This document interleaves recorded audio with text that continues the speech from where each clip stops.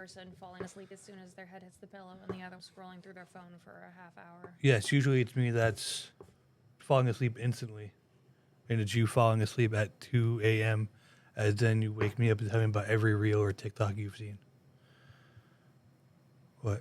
I thought I heard her crying. Aunt Mary's upstairs. I told Aunt Mary to give her the last Halloween Reese's. Give me that and stop playing with it. If you need a fidget toy, there's one at the end of the table. Ooh. I already started recording. Jesus. Who invited you on this show? I invited myself. Yeah, that's true. You steamrolled my operation. Said you didn't have anybody. I'm in the education department for a reason. Hi, everyone. Welcome to another episode of the Armory 33 podcast. I'm your host, Quinn, joined by my wife, Nicole, who steamrolled today's episode thanks to... nobody else being available. Last-minute planning is great on my part when I try and run a podcast. It's fantastic. We will be back next week with the second rendition of our D&D campaign. So look forward to that coming up within the next couple of weeks. But today we are talking about two different ends of the spectrum bringing life into the world. Not both personal stories. We cannot say that word on YouTube. We can talk about Prevention. September is Suicide Prevention Month. Yes. Can I say that? Yes. Suicide Prevention Month is in September. We are a violence prevention organization, so part of that involves suicide prevention. Last year, I was trained in a method called QPR, Question, Persuade, and Refer. I am now trained to be a facilitator and train others in the intervention. That's not what I thought it stood for when you texted me. You said that to me the other day. QPR? Yeah. What did you think it stood for? I have no idea. It's not what I mind goes. It's meant to sound like CPR, so it's easy to remember. Now, if we talk about CQB, that's a close quarters combat. Very different. But it's meant to sound Is CPR. Is it? No. Suicide prevention hotline is 988. And I had someone not too long ago look at me and go, "Is that 911?" Yeah, except I was like, yes, just different numbers. Dumbass. It was probably a child that said that to you. No, it wasn't. Oh. It was not a child. I'm going to take that away from you. And I was now. like, no. It's recording. I know, it's picking it. it. You told me I could play with a fidget. You need to There's find a me something smaller else. one. Okay. In that brief time. Today we are going to talk about one thing that's very dear to us. Will you let me finish? God, Shane and Tanner are here just interrupting me. You did the job two of those people usually do. See? Actually, one of them just reaches over and massages my shoulders when they know I'm getting stressed. I'm not doing that. Don't touch me. You told me you were all sweaty. You just woke me up from a nap 10 minutes ago. Thing that is near and dear to the our heart, thing which that you also want to talk about. Is a couple years ago, about 3 years and some change, we started in vitro fertilization, IVF. Our first round was a dud. We were in the gray area when it came to the hormone levels that they test for in the blood when they're looking for. I still remember the phone call when they called and the doctor said the words that he cautiously optimistic. And of course, when you are like hoping for a positive pregnancy test, your hopes go up. We had to wait 2 weeks to get tested again, to test my blood levels, to look for the HCG hormone. And it went back down to 0, which means no pregnancy. We had to get back into the cycle. Her cycle. Immediately, neither of us had time for emotions to process, to catch up. It was like, okay, we got to get ready for the next one.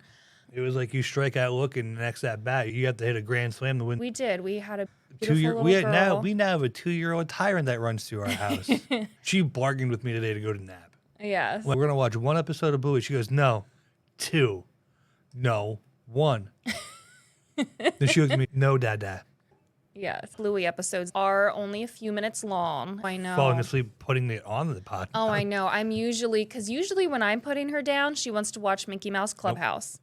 And those are like a half hour. I'm laying in bed with her, holding the phone so she can see it. Towards the end, I drop it a few times because I'm nodding off. She's, oh, mommy. I'm sorry, baby. She, no problem. She's like, so polite. I don't know where she gets that from. Definitely not for me or any of her uncles. Oh, that's because I model it with her as much as possible, and it's so cute. You want to circle back and talk about what the IVF treatment for you? I was only there for the joke. We had the running joke in the podcast. I had a small part. When we got married, I knew I wanted kids soon. If it happens. So as soon as we got back from our honeymoon, I stopped taking birth control. It was if it happens. I was using an app to track my cycle, ovulation, and nothing was happening. About 6 or 7 months into that, I started using ovulation kits, and after a few months of that not working, I knew that we're going to have to go to a fertility doctor, which was my worry because I am also the result of fertility treatments. My parents struggled getting pregnant. They did IUI, artificial insemination. That's how they had me and my sister, twins. I was worried from the get-go that we were going to struggle because of genetics. I'm very much like my mother when it comes to the medical side. So I was gonna say she cooks really good food. Not that, but I was very concerned. So they recommend that you wait a year after starting to try to get pregnant before you go to the doctor. We waited the year. I was still doing the ovulation kits. We were doing everything so we wouldn't successful. have to go to the doctor. Yes. So after going to the doctor, doing many tests, I will still never forget I forget the whole word, but it was the HSG test, where basically they're testing for blockages in the fallopian tubes. It hurts so bad. They injected dye. I remember laying there sweating because it hurt so bad. I just looked at the nurse. I was like, can I take this fucking thing off? So I ripped that thing off. She's like, you do whatever you need to. The worst time to go through this was during COVID. Yeah. I had to sit in the car for 98% of the appointment. Any appointments you came with me to, he wasn't allowed to go in. The worst thing about the appointments we had to go to is we had to travel 3.5 hours every single one of these appointments. For the appointments on the weekend or big procedures like egg retrieval or transfer, we had to travel to Philly, which was 3.5 hours away from us during COVID. Nicole made the conscious choice to have the first appointment in the day. It was honestly. 8 a.m. They warned me, too, that if you went too far into the day, you would end up waiting. If your appointment was at 11, you might not actually get to your appointment until 12:30, 1 o'clock. So I was like, yeah, we're not waiting that long. It was a very long process of them trying to figure out exactly what was going on with either of us. And after a lot of tests on both of our parts, it ended up being both of us. That was not... Neither one of us was the only one to blame. Oh, okay. Okay. We'll put it that way. I was like, wait a second. For us not getting pregnant. I got up early and drove you. Don't blame me. IVF is very expensive. IUI is less expensive because of my issue. IVF was the only issue. IVF was better. I was running out of eggs quicker than most women. So... they didn't want to risk doing IUI and me running out of eggs. The doctor asked me for the one appointment I was able to go to. He was like, we can try these other tests. And I was like, no, just get us to the end line. Yeah. Just don't do this runaround bullshit with the medical professionals like to do. Just get us to where we can have a baby. Right. Because, they did say there were a bunch of things that they could do to try to improve numbers, but time wasn't on our side. We were just like, you know what? No, there wasn't even the guarantee that if your numbers got better, it would help. Very quick, IVF was the way we were going to have to go. And again, it is very expensive. We are thankful for the people in our lives that were able to help us out financially, emotionally, and physically, because there's a lot more to that story that I'm bringing up later on. But yes, it was a long process because there were a lot of appointments Quinn wasn't able to go with me to in the middle of the week. And I worked Monday through Friday. Luckily, my job was flexible. We were working from home, so I was able to flex my hours. I had to go for a blood test every other day for a week or two leading up to the egg retrieval to track hormone levels. It was about an hour from our house, hour and a half, depending on traffic. So I had to do that every other day for a while, if not once a week. Yeah. An hour and a half was an easy trip. The 3.5 hour trips where we're staying over at people's houses to cut down commute time. Hitting the turnpike at 5 a.m. Chick-fil-A wasn't open at that point. I know.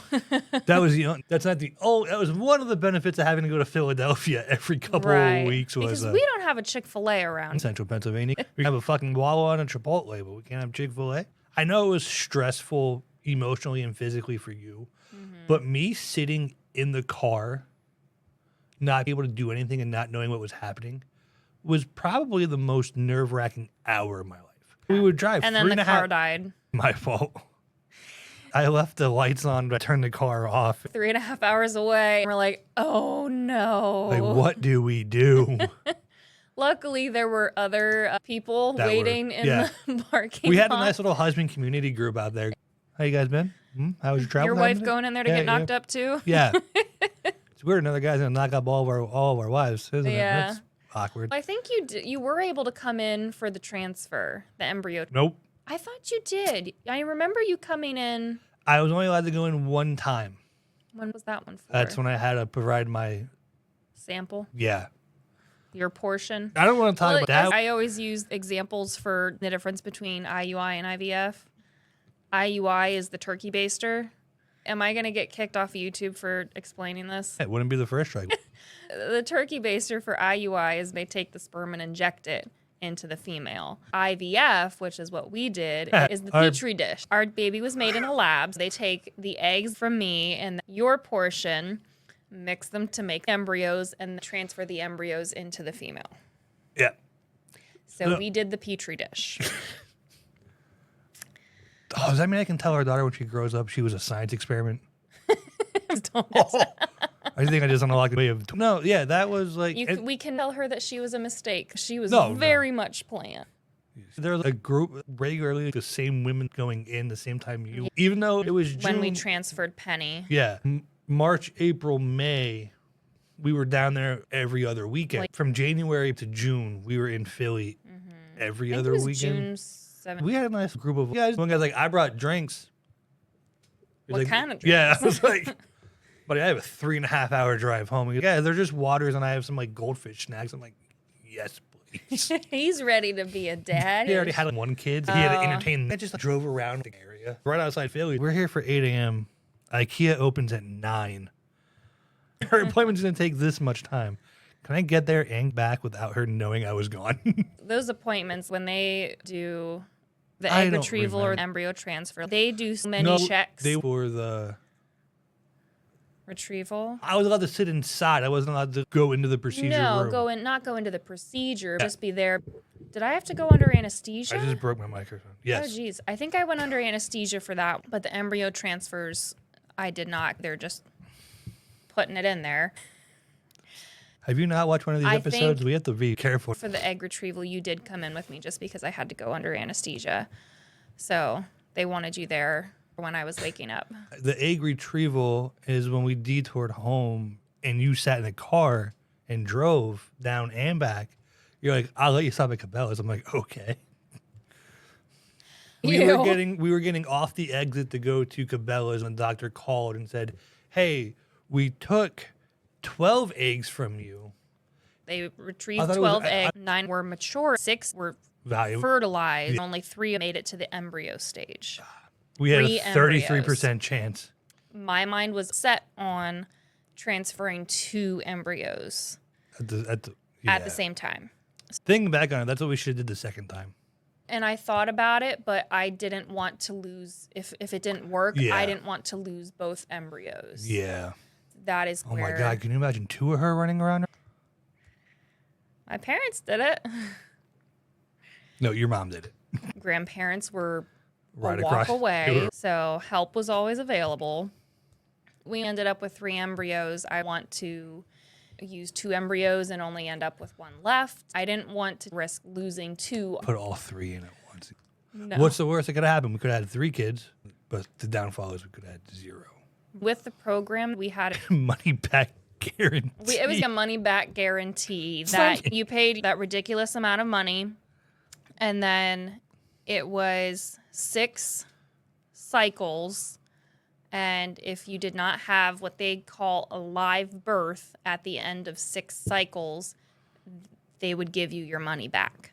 Even if we had used up the 3 embryos, they would have done another egg retrieval, so that way they could finish. Yeah, but it all would have been covered, though. Yes, we would not have had to pay for another egg retrieval because that would have been included. It's like a yearly salary we paid. It was a lot. Even after we had Penny, when we found out we were having the second one was successful, we're nowhere out of the woods yet because there were a lot of precautions and risk going through IVF. Good thing it was during COVID because we were like, we can't leave the house anyway. Yeah, we weren't going anywhere. We weren't going anywhere. Yes, having IVF made pregnancy high risk. I developed gestational diabetes, which is a whole other thing. So I got to eat all the chocolate in the house. I was going to the doctor all the time, and then every time they measured Penny, she would be measuring big, so they wanted to keep an eye on her. She doesn't stand up to my hip right all now. the times. Around 7 months, they found out she was breech. Her head was up top, and we needed her head to be down. That appointment scared me the most when they had to go in and turn her. Oh, when they turned her, yeah. The surgeons met with me privately while you were getting ready, and they're like, hey, basically, if shit goes south, you're having a baby today. And I was like, that's cool. We're not ready, but okay. No, at that point we were. Maybe you were ready. I was not ready. Oh, you mean mentally? No, not mentally, but physically, like. We had the stuff. Were we in this house? Yes, because we bought a house and you didn't help move in. I help couldn't. paint. Convenient, right? I was pregnant. I packed up a whole house, moved the whole entire house again as we were staying at your parents' house. Because there was a 2-week gap overlap where we couldn't get into the house we're currently in now, and we needed to be out of our previous house. Yes. So luckily, we were able to stay with my parents. It's like me and one other guy to move us once. Yeah, we were able to move the first time in stages. Yeah. Just because we were moving everything to my parents' garage and their space. So, but then moving everything into here. Moving everything in here. I finished working at that night before we moved in here. Yeah. Came home, slept for maybe 2-3 hours. And I was just joking. People were like, I'll see you tomorrow morning at 5 a.m. We're going to start moving into the house. And they're like, yeah, okay. They fucking showed up. Yeah. They showed up. We were moved in by noon. Less than 6 hours with multiple trailers. Then I got a call saying I had to go to work and close. Oh, I forgot about that. I was like, motherfuckers. I forgot about that. Yeah, so I was up for a good 24 plus hours. And then they were nice and they're like, we'll give you the next 3 days off. I'm like, thank you. I'm tired. To go and pack a house now. That's when my stress level got extremely high. We had to go into the phallic version. What did you just say? Cephalic version. I don't know what that means. That's where they turned her. Before we even got to that point, though, I was like, we had your mom and sister painted this room. They painted the baby's room. We had the whole house painted. We had the whole house recarpeted. We had new floors put in. So, we had the shower replaced. So we dropped $20,000 easily in the first month of us owning this house before the baby came. On top of what people bought us for the baby. House was a mess. We had to get her room painted. I could build her crib, her dresser, her changing table. Yeah. We could get all of her clothes washed. I was dead set on having a boy. When we found out we were having a girl, I'm like, what? That's fine. A little heartbroken. It's fine. She's going to be raised as a boy anyway. Let her throw hands in a dress. I say in her mini dress. Then she'll move her hair out of the way and go back to throwing hands. Where's your muscles?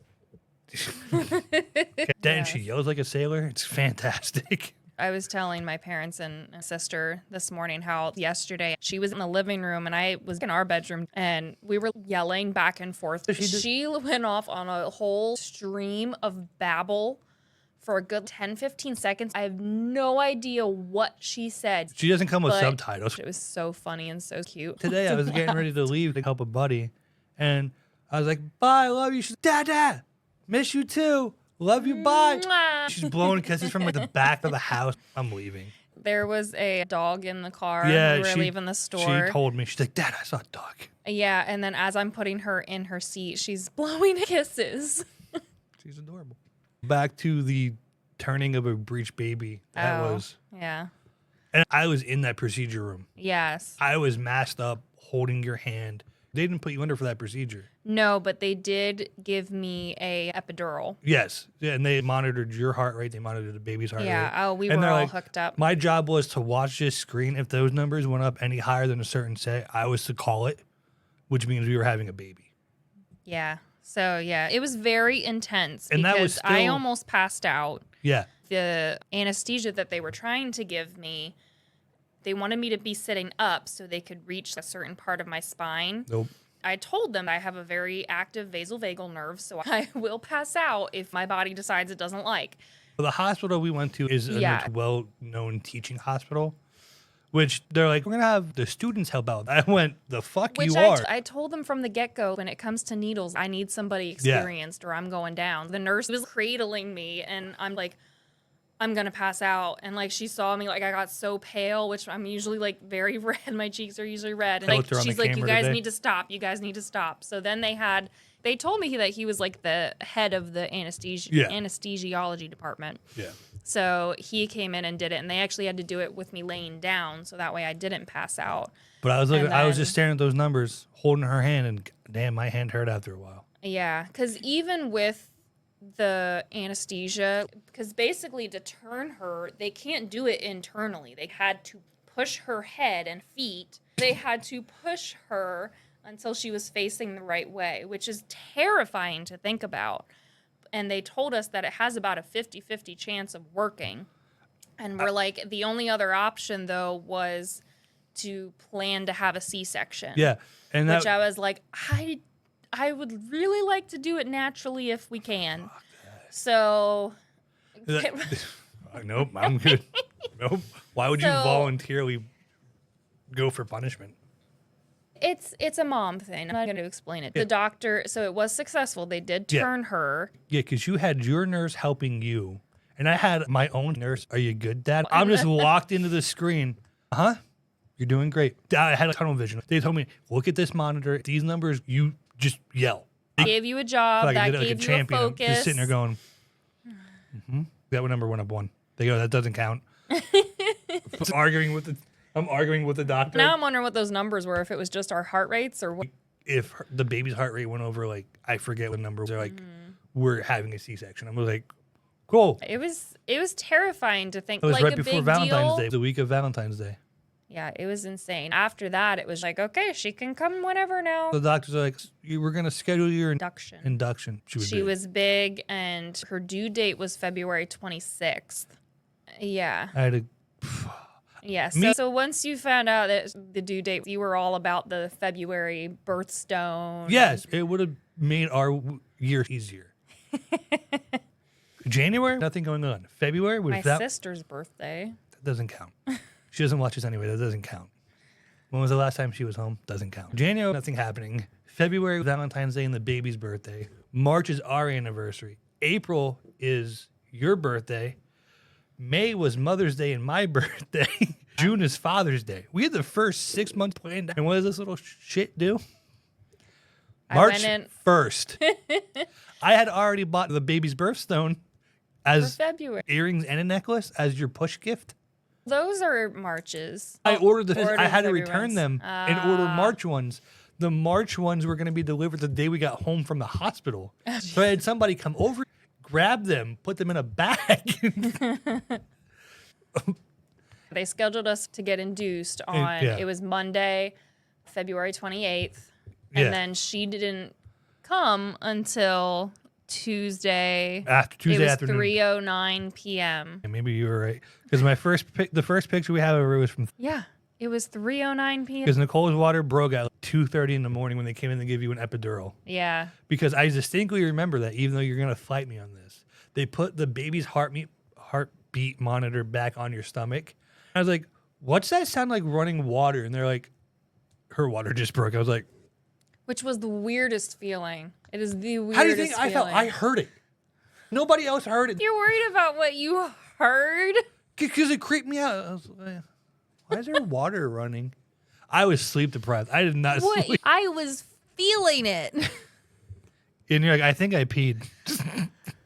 I remember that. I'm like, okay, that's cool. No, like, because it was warm. Because we got in the hospital at like 8:30. It was early. Because we had to call at like 6 o'clock to see if there was any beds available in labor and delivery. Then they're like, yeah, be here for 8. But they didn't start the meds until 10 or something. Later, it was noon because we had to watch all those videos. Are you fit to be a parent? Do you have? It's a little late. Test me before I start this process. And then we're like, okay. It was me and your mom in the delivery room because we were like, I'm glad she was there. You got to sleep a little bit then. Not a lot. I'd rather have someone just there holding my hand than someone standing there going, it's all you. You got this. Let's go. That was my one job. You were lifting. It was good. No, we had it. They told me to give her words of encouragement. Oh, you. The only way I know how to do that. Push. You got this. Ah! I didn't scream like that when you tried to break my hand. It was great because it was like, okay, cool. The 3 of us are trapped in this room. I have an iPad. You guys want to watch Moana in Frozen? We can do that. And we've watched it a million times since then. We need to get a full 8 hours of sleep, any of us. Oh, gosh, Because the doctors of course, you're in the hospital overnight. You guys need anything? And again, even with the epidural, I could feel everything. And then it was like 2:45 in the afternoon. They're like, you ready to push? No, I pushed for a half hour. I started pushing at it would have been 2:39. Okay. Yeah. And we're just like, which they said was uncommon for the first child. Usually you're pushing longer. They said it was unusual for me not to push that long, but she was coming out one way or another. And the bad thing is I was too big for the fold-out couch/bed. So I had to sleep at an angle. Have you never seen anything saying that dad should never complain about anything that is going on? Hey, Jason delivery room? Jason Kelsey took a fan when his last baby was born into the hospital. Good for fucking. And then I pushed a baby out of me. And then we had steak afterwards. And then we had steak. That was a bad thing. It was like the baby was born, and then they're like, keep you guys for an extra 2 days. I had gestational diabetes. We wanted to make sure sugar levels were good. And the baby both had a fever. Yeah. So they're like, we're going to keep her overnight for an extra 2 days. Yeah. She was born, when she came out, her and I both had a slight fever at the time. So they wanted to monitor that. It was chaos. But then it worked out, and we came home. They took, do you want the baby to sleep in here for the first night? We're like, yes, we have to get used to this no sleep thing. I've been doing it for 48 hours. Later that following Wednesday, they're like, okay, we're going to take her to the nursery for a little bit. Mom, you get some sleep. You can get a shower now. And you looked at me, you're like, go home. Go home. We need more clothes. Yeah. So I was able to come home. I got a shower. I grabbed some food. I saw Mr. Alex. And they were asking, what's going on? We work in this hospital. You can come up and see us. Clothes were necessary because I lived those days in the hospital gown. I wanted actual clothes because I was learning how to nurse a baby. No bra, no anything, because I was trying to figure things out. But we got to bring her home, and it's been a fun time ever since. So now we're going through the whole process, too, of do we use that last embryo? I don't have a choice in the matter. Again, it's not cheap. It is not cheap at all, but it's also last chance for having a baby. Yeah. And last chance for giving Penny a sibling. My sisters aren't having kids, and your brother has a little guy, but my other one got snipped. Yeah, the other one's not having kids, and so she has one cousin, technically two. I think it's great. But they don't live close, so I don't want her to be alone. The other day, she was carrying her baby doll through the room. Tell me that wouldn't be adorable. I'm like, yeah. She picks the thing up by its head and throws it. I'm like, yeah, that's going to happen in real life. How do we explain that? It was like, teach her not to do that. I've been trying. Then you see the times she has the baby doll in its stroller, walks up and I'm like, gives it a kiss. I always tell her, give your baby doll a kiss before bed. And she leans over and goes, mwah. I'm like, you can't even give dad a kiss, but you're going to give your baby doll a kiss? Yeah. She tries to give our cat Deacon a kiss, and that doesn't end well either. Yeah. Pet. So that was our story, and there's other things that have happened in between. Yeah, it's an emotional roller coaster. I'm still on the Facebook support group for people who've gone through IVF. People share their stories and just things that they're struggling with at the time, and people offer words of encouragement. And it's nice to see other people going through that, because it's really hard going through it and thinking, God, like, why can so many other people get pregnant with no problems? Don't get me started. I will go down that tangent. I know. And I swear, as we were reaching that year of trying before the fertility doctors, people left and right getting pregnant because we were in our mid to late 20s. That was when everybody was getting pregnant. You were 30, mid to late 20s, early 30s. That's when everybody around you is having kids. Yeah, you did. Oh. But regardless, like every time I got on Facebook, it was another birth announcement, or we would go to church and someone was announcing a pregnancy there. So it was just, I think it was the a people lot. at church were happier when we announced that we were having a baby than if anybody else announced they were having a baby. Once we explained what we were going through, people were asking, like, oh, when are you guys going to have, which that sucks too. That like, was the worst. People asking, when are you guys going to start having kids? And I would try and tell everybody like ahead of time, I'm like, don't. Ever since then, we've been very open about the fertility journey. That's what people ask. When people have questions about the process, I've been open. I have no problem talking about it. Men have a very small part. But it's still hard. It's not a fun experience. It's an emotional roller coaster. That day they had to call and tell us that's because we were standing there in the middle of JA, and Brian and Sid looked at us and go, "Are you guys okay?" Well, and that was when the doctor told us they were cautiously optimistic. Yeah. Brian's like, what does that mean? I'm like, 50-50 shot. He goes, I vividly remember being at our old house because I was working from home. You had to go back to work. I got the phone call that we weren't pregnant. I was because you had me at work, and I came straight home. I think I had a mid-shift that day. I told them, if she goes into labor and I'm here closing, you guys are fucked. I don't care what happens to the store. Yeah. I'm out. Fire me. It's not a fun experience, so that's why I am glad that there's those Facebook groups online, and I found other people to talk to. I think we still sold the best T-shirts. The one I created? The hashtag one? Yeah, the hashtag one. They still have one in their clearance section at JA. What size is it? I don't know. But she can buy it for penny to wear when she's old. Our friends at JA did a fundraiser to help raise money for the IVF procedure. They gave us a challenge where we could both design a shirt and they would sell them. Mine sold out. Yeah, yours sold out numerous times. Mine sold a couple. A couple of mine sold. Mine was plain and simple. It was like hashtag infertility sucks. It was on a black shirt with orange lettering. I think orange is like the fertility. And that's in October, so that's next month. I think it's April, actually. There is something in April. I don't know if it's like fertility awareness or IVF awareness. But the one that I came up with the quote and Nate designed it. But it says June. We were way fucking off. The quote was, even miracles take a little time. I think it was from Cinderella for the fairy godmother. Way so to plagiarize Disney. Mine was the original. Little, like, stars. You looked it up. But there were stars all over it and like a little wand. I have two of those on different colors, so mine came cut off, and then mine came trash. Yeah. So it was nice though. Like during the process, people were supportive. People would come over and hang out with us. You were tired. You really didn't want to go anywhere. But then there were times where like Ryan was like, "Hey, we're going to Applebee's, just you and I."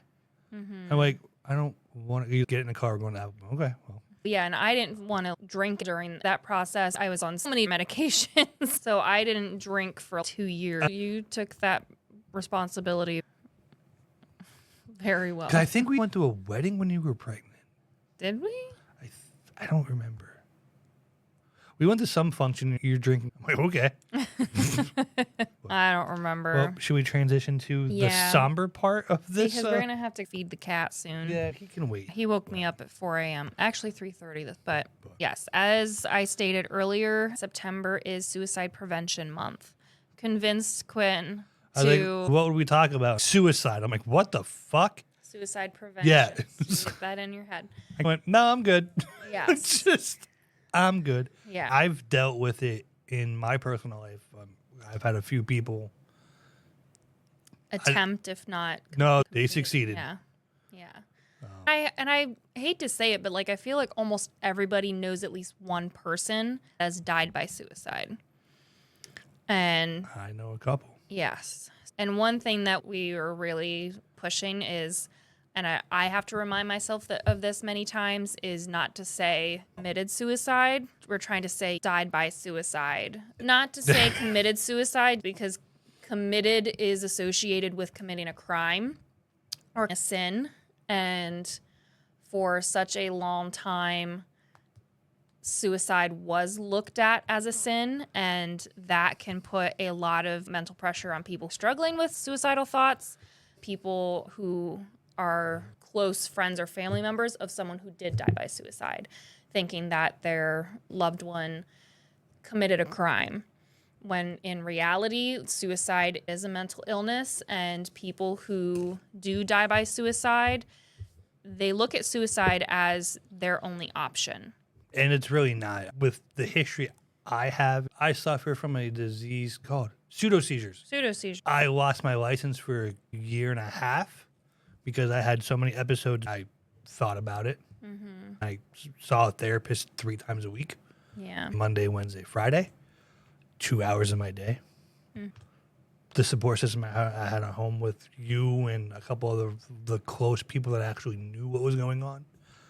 They were doing constant daily check-ins. They were just making sure I was okay. We would hang out, but talking about it helped find underlying problems and ways to cope. Even if you don't want to be a bother to people, because that was my thing. I don't want to be a bother. I'm not going to tell anybody.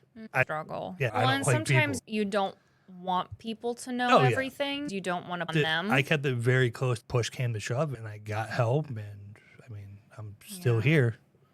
Well, and there's so many resources available now where you don't have to put all of that pressure on friends and family. Like there's the suicide helpline that, again, like it's just like calling 911, 988. Is that the actual number? Is that like another? You can call or text probably for Suicide Prevention Month, advertising the 988 helplines. I'm pretty sure you can call or text that number. It is like a crisis number. People sometimes call when they are having serious suicidal thoughts, contemplating suicide, and they need someone to talk them down. That might have been poor choice of words. I know those people. I know people that are certified, not your kind of certification, but crisis prevention. They went through. And that I am not trained in. And it's just like a hostage negotiator. I am not trained as that. You have a script you go by. Yeah. And they just like flip through it. It's a choose your own adventure. Jesus Christ. But not as, but as someone who's someone that's trying to help going down the right path of to say. I am trained because I am an advocate for domestic violence and sexual assault hotline. So I handle crisis calls for individuals struggling with those types of situations. I have answered the phone where people have been having panic attacks, where they have been really struggling with nightmares, flashbacks, worries of different things. I have not had someone PTSD. Call. It is. And I have not had someone call that was contemplating suicide, but I can't say I would be the best to talk to through that. If I thought that they would not benefit from talking to me, I would direct them to call 988. If they wanted to talk to someone specifically trained to help with domestic violence, sexual assault, I would be that person. But it is a different skill set. I personally have had like a little bit of training on, but not to the point of where I feel like I would be able to be that difference-making person. We always joke about it on the podcast. That's just the way the team is we always say, you're going to be the 13th reason. And I always tell Tanner and Tristan I did 21 push-ups instead of 22 for the veteran suicides, which, I mean, we all know it's a joke. That's the humor we all have here as a team. But seriously, if you guys ever need anybody to talk to, reach out to any one of us on the team. Get through us through social media. Majority of the team has the social media login. I mean, we're here if anybody needs to talk or just, comment below. And I feel like we have a good group here that can help you get through anything, and you're not alone. I think that's some of the people's biggest things. They're like, I have to go through this by myself. No. Even people living by themselves, maybe don't have a lot of friends. You have resources. There are people in your life that if they know that you are really struggling, they will listen. When it comes to someone's life, it's never a bother. If it is something you are really struggling with, there are people that can help. I was trying to get you on tape saying that. No. But, no. You know I support you. It's funny, you work for a domestic violence organization. Oh, stop. Do you want me to tell the story? Which story? About when we got back from our honeymoon? And you backhanded me in the eye with your diamond ring. Was that before we got married? That was the week after we went on our honeymoon. A week later, we're home. Wednesday night, we're sitting on our couch watching, I think, The Big Bang Theory. And you were doing something, and I pushed your hand away. I'm like, stop, I'm not in the mood today. And you just backhanded me. I just went to hit you a little bit, and... You cut my cornea in my eye. We drive to urgent care at 8:30 at night, and I'm holding my eye, and they're like, what happened? I was like, I got hit in the eye with a diamond ring. We walk in, the doctor goes, sir, do you feel safe at home? Sitting there, and I'm holding my eye like this. I'm like, I have to say yes, she's sitting right here. He laughed. I was like, you're a dick. I don't like doctors. Penny scratched my eyeball not too long ago. That hurt so bad. But that is one of the reasons why I don't wear my engagement ring much anymore, because it is sharp. You're welcome. It is very sharp. I don't understand why men buy women weapons that can hurt them. Some aren't bad, but the metal parts that hold the diamond, the prongs, they stick up really far and they're pointy. Mm-hmm. You're not the only one I scratched with that. So I mostly just wear my wedding band. Domestic violence and suicide is not a joke. I don't make it on the podcast. Do you have anything to add to the people? On the topic of suicide prevention, if you think anyone is contemplating suicide, ask them. Do not beat around the bush. Do not just think, oh, maybe they don't really mean it. If you are getting any kind of indication that someone may be contemplating suicide, ask them. Even if it's simple, I notice you've been unhappy lately. Are you thinking of doing anything to harm yourself or end your life? Check on those people that you don't talk to on a daily basis that you consider your family and very close friends. I don't talk to my friends half the time. It's always like, you guys good? We good? Just checking in once in a while, which I will say I honestly am terrible at. She doesn't even answer my text messages. Or she'll go, I was like, did you receive that text? What did you send again? It was 15 hours ago. Well, send me multiple messages. I'm not sure which one you're referring to because I didn't respond to any of them. Right there from the horse's mouth herself. I am terrible at communication. That thing you said to me the other day still irks me. What? How many unread emails do you have? Now, I want to know. That's my biggest pet peeve. I cannot have a notification bubble on my phone. How many notification bubbles do you see? 0. You know why? Because I'm anal retentive when it comes. Facebook notifications. That doesn't count. That doesn't count. They're all stupid. I know, but I do have some State Farm emails. We'll talk about that after the podcast. Yes, they pertain to your incident. We're not allowed to talk about. Pull your car on my driveway or we'll get hit. No, you cannot make that the main reason the incident occurred. I was You were deprived. tired. Yep. You were distracted. I wasn't distracted. I was trying to go to work. An incident occurred with a certain person's vehicle. That was not mine. She fucked around and found out. No. I have 13 unread emails. Some of them are literally from their ads that I've probably hit the unsubscribe button from so many times, and yet they continue to send me emails. So, PP&L, church, work. 3 emails. With that, again, if you need to talk, drop us a message. Our socials are easy to find. It's Armory 33 Podcast everywhere. Facebook, YouTube, Instagram. We don't have an email set up yet. Do you need an email? No. I'm sure I can get one. But we're here for you. We will be back next week, like I said, hopefully with our D&D. And we have a special episode coming up soon with everybody that I know that has worked retail for more than 5 years. It is the shit you hear at work from customers. We have enough. We could probably write a book. Does the food industry count? Yeah. You want to be on that one? Sure. All right. We're gonna need more chairs and more microphones then. But I got some doozies. I'll give you a tidbit. The other day I was at work. I recently changed jobs and I'm back working for a company I used to work for. A guy came in and goes, "Where's your duct tape, your braided rope, and your rubber gloves?" What? They're over there. I just pointed. I was like, ah. That's some like 50 Shades of Grey. Like, No, I was thinking of Dahmer type shit. no, that's how he met his girl. It was in a hardware store. Okay, and with that, everybody have a great rest of your week. It's good to be back. We've missed you. See